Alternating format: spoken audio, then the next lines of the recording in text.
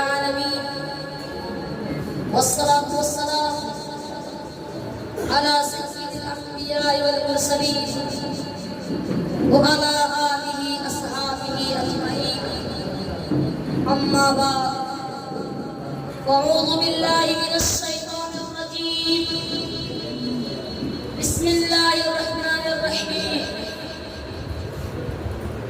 ओ मुअज़्ज़ज़ थे ज़माने में मुसलमान होकर, ओ मुअज़्ज़ज़ थे ज़माने में मुसलमान होकर, और हम खार हुए तारीख़ कुरान होकर।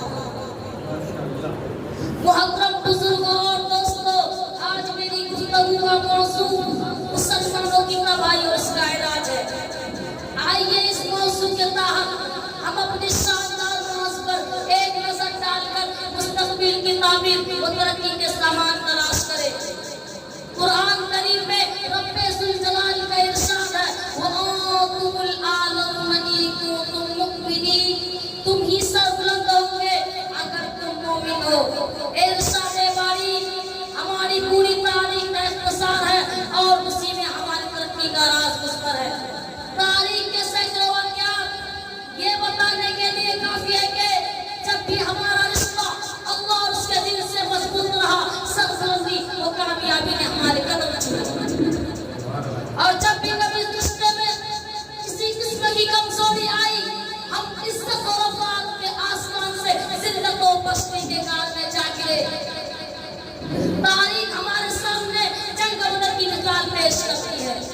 जंग बदर में जो कामयाबी हुई वो सिर्फ इस रिश्ते की मजबूती की बुनियाद पर हुई, वरना अगर कामयाबी होती तो कुफ्फारे मक्का को होती, क्योंकि कुफ्फारे मक्का तकरीबन 1000 थे, बड़े जोश और खरोश के साथ थे। इनके पास 700 ऊंट और 200 घोड़े, सबके पास तलवारें, दीगी जंगी हथियार मौजूद थे। इधर अबू जहल, उत्बा, शीबा, वलीद, हंसला, उबैद, आस, हर्ष, उमय्या इब्न खल्फ, नज़र इब्न हारिस, अब्दुल मुत्तलिब जैसे शुजाअत के पैकर और आज़मुदा थे। इधर बेचारे मुसलमान बेसरो सामान कुल तादाद 313, सवारी के लिए कुल 2 घोड़े और 70 ऊंट है। एक पर 3 4 आदमी सवार है और बाज पैदल ही सफर कर रहे हैं। और किसी के पास नेज़ार कमान है तो तलवार नहीं, और किसी के पास तलवार है तो नेज़ार कमान नहीं। मुहतरम बुजुर्गों और दोस्तों, जब मकाम बदर पर पहुंचते हैं तो देखते हैं कि कुफ्फारे मक्का बुलंद मकाम पर नजर हो चुका है, जहां पानी की भी फरावानी है। बेचारे मुसलमानों को पस्त और रेतीली जमीन पर मदद होना पड़ा। ऐसी जगह पे अगर किसी को प्यास लगे तो एक घूंट पानी पीने को ना मिले। अलगर्ज जंग के अंदर जितने असबाब, जितनी चीजों की जरूरत पड़ती, वो सब कुफ्फारे मक्का को हासिल थी। मगर जब लड़ाई शुरू हुई है तो कुफ्फारे मक्का गाजर मूली की तरह काटे जाते हैं। कुफ्फारे मक्का का सबसे बड़ा सरदार अबू जहल 2 बच्चों मुआज़ और मुअव्विज़ के जरिए उसे मारा जाता है, और अब्दुल्लाह बिन मसऊद रज़ियल्लाहु अन्हु अबू जहल का सर कलम कर देते हैं। मुसलमानों, आप जानते हैं कि अब्दुल्लाह बिन मसऊद रज़ियल्लाहु अन्हु कौन है? ये वही है जिनको मक्का के शहर में इसी अबू जहल ने मारते मारते बेहोश कर दिया था। आज मैदान जंग के अंदर वही अब्दुल्लाह बिन मसऊद रज़ियल्लाहु अन्हु अबू जहल का सर कलम कर देते हैं। उमय्या इब्न खल्फ अबू जहल के बाद मक्का का सबसे बड़ा सरदार समझा जाता था, लेकिन अपने साथियों को इस तरह तहत होते हुए देखकर घबराया और मैदान जंग छोड़कर भाग पड़ा। हजरत बिलाल हबशी उसके पीछे पीछे भागे और करीब पहुंच गए। उमय्या इब्न खल्फ घबराकर घोड़े से नीचे गिर जाता है, पेट के बल लेट जाता है, शोर मचाता है, माफी मांगता है, अमन चाहता है, लेकिन हजरत बिलाल हबशी उसके पेट पर नीचे से तलवार चला देते हैं और उसको जहन्नम नसीब कर देते हैं। इस्लाम के नौजवानों, जानते हो ये हजरत बिलाल हबशी कौन है? इसी उमय्या इब्न खल्फ के गुलाम है। जब इस्लाम कबूल किया तो मक्का के अंदर उमय्या इब्न खल्फ दोपहर के वक्त तपती हुई रेत पर लेटाकर पत्थर की बड़ी-बड़ी चट्टानें रख देता था ताकि ये हरकत ना कर सके। रात को जंजीरों में बांधकर कोरे लगाता, अगले दिन को गर्म जमीन पर लेटाकर और ज्यादा सख्ती किया दिया जाता, ताकि तकलीफ से बेकाबू होकर इस्लाम से फिर जाए या इन्हीं तरफ मर जाए।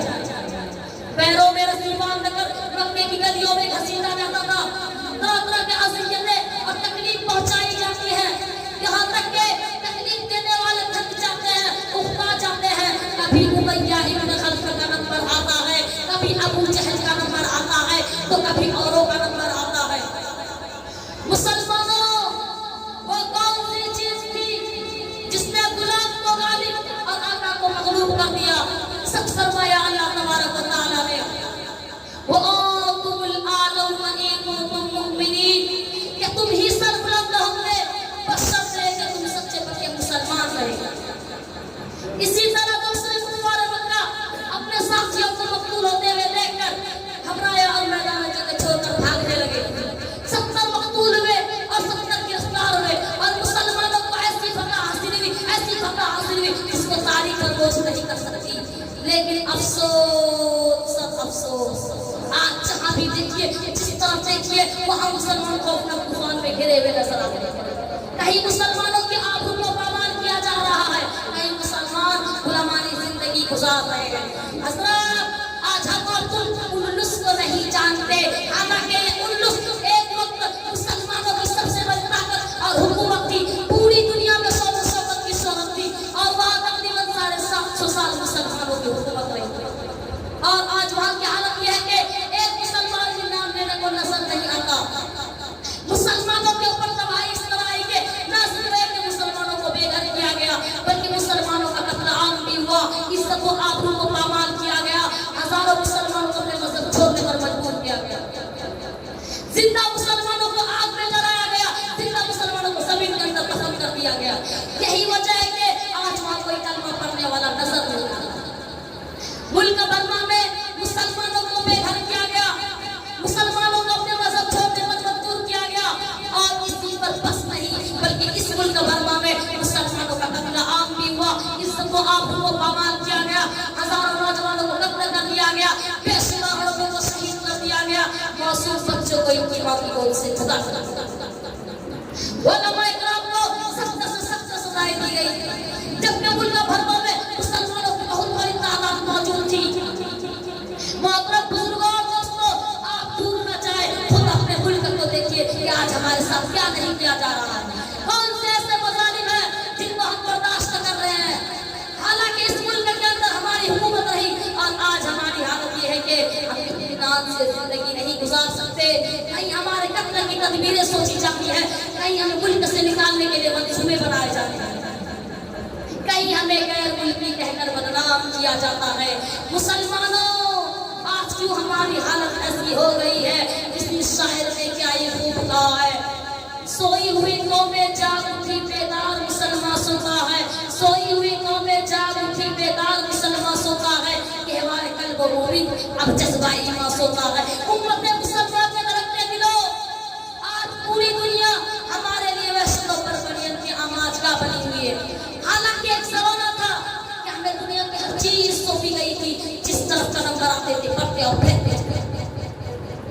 बाकी की कोई कुव्वत व ताकत हमारी हायल नहीं हो सकती थी। अल्लामा इकबाल ने क्या खूब कहा है, मगरिब की वादियों में गूंजी अज़ा हमारी, मगरिब की वादियों में गूंजी अज़ा हमारी, थमता न था किसी से शेरे रवा हमारा। इस्लाम के पास मानो, इस्लाम ने हमें बहुत बड़ा मकाम अता फरमाया, मगर अफसोस अफसोस हमने उसकी कदर ना की और हम अपने असल मकाम से हट गए। मुसलमानों, समझो और होशियार हो जाओ, वरना लापरवाही बेतवज्जही का आलम रहा तो याद रखिए कि एक वक्त ऐसा आएगा कि हमारी सरबुलंद तारीख में मुंतकिल होकर दुनिया की तमाम तारीखों के साथ शर्मिंदा नजर आएगा। आज हमें समझना चाहिए और गौर व फिक्र करना चाहिए कि हमारी तरफ तबाही और बर्बादी के हाथ बढ़ रहे हैं, जोरों जख्मा सिर्फ सितम के पहाड़ टूट रहे हैं, शिकंजों में दबाने की कोशिश कर रही है। आखिर इनकी वजह क्या है और ऐसा क्यों हो रहा है? खूब समझ लो। अगर इसका जवाब हो सकता है तो यही हो सकता है कि आज मुसलमान ना रहे, आज हम अपने मुसलमान होने का झूठा दावा करते हैं। कवानीन इस्लाम से मुंह मोड़कर, इस्लाम के उसूलों को तोड़कर फिर अपने आप को मुसलमान पेश करते हैं। मुसलमानों, हकीकत यह है कि हम ने शेरुगर्दानी कर ली, हुजूर अक़दस सल्लल्लाहु अलैहि वसल्लम के दामन मुक़द्दस को तरक कर दिए। नमाज हम नहीं पढ़ते, रोजा हम नहीं रखते, कारून की तरह माल इकट्ठा हम करते हैं, ज़कात हम नहीं देते, हराम हम खाते हैं, सूद हम लेते हैं, कुमारबाजी और जुएबाजी हमारा सेवा है, शराबनोशी हम करते हैं, नाच गाना बजाना हमारा मशगला है। इत्तेहाद और इत्तेफाक हम में नहीं, उख़्वत व ख़ुदानी हमसे दूर है। गोया है कि नबी करीम सल्लल्लाहु अलैहि वसल्लम के सहाबाए किराम की कोई भी अलामत हम में नहीं। ना हमारी जिंदगी इस्लामी जिंदगी है, ना हमारा तरीका इस्लामी तरीका है।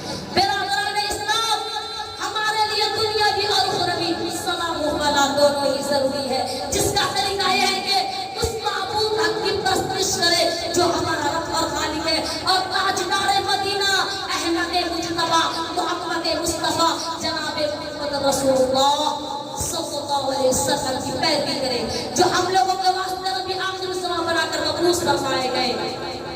सहाबाए किराम और अकाबिर ने इस्लाम के नक्शे कदम पर चले, जिनकी आंखों में झलकती हुई तस्वीरें इबादत थी, जिनकी आंखों में तड़पती हुई ईमान की हरारत थी, जिनके होठों पर मचलती हुई कुरान की तिलावत थी, जिनका दिल बागे इल्म का छलकता हुआ साफ था। मुसलमानों आओ मुत्तहिद और मुत्तहिद हो जाओ और एक झंडे के नीचे चले आओ और अपने माशरे की बुराइयों को मिटाओ, वरना तुम्हारी तबाही की कोई हद ना होगी और तुम्हें सरबुलंद करने वाली कोई ताकत दुनिया में नहीं आएगी। मुसलमानों न घबराओ, खुदा की शान बाकी है। मुसलमानों न घबराओ, खुदा की शान बाकी है। अभी इस्लाम जिंदा है, अभी कुरान बाकी है। अल्लाह पाक हमको और आपको सुनने से ज्यादा इस बात को अमल करने की तौफीक अता फरमाए। इसी चंद बातों में मैं खत्म करना चाहता हूँ। वो